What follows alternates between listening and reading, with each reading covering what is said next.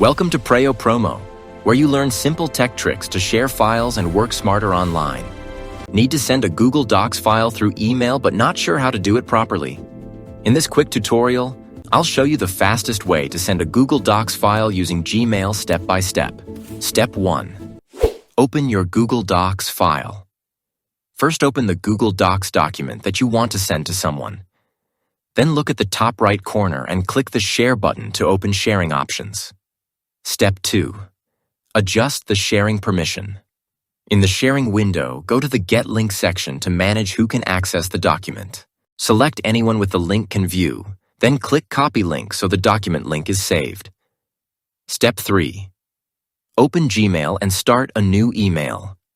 Now go to Gmail and click the Compose button to create a new email message.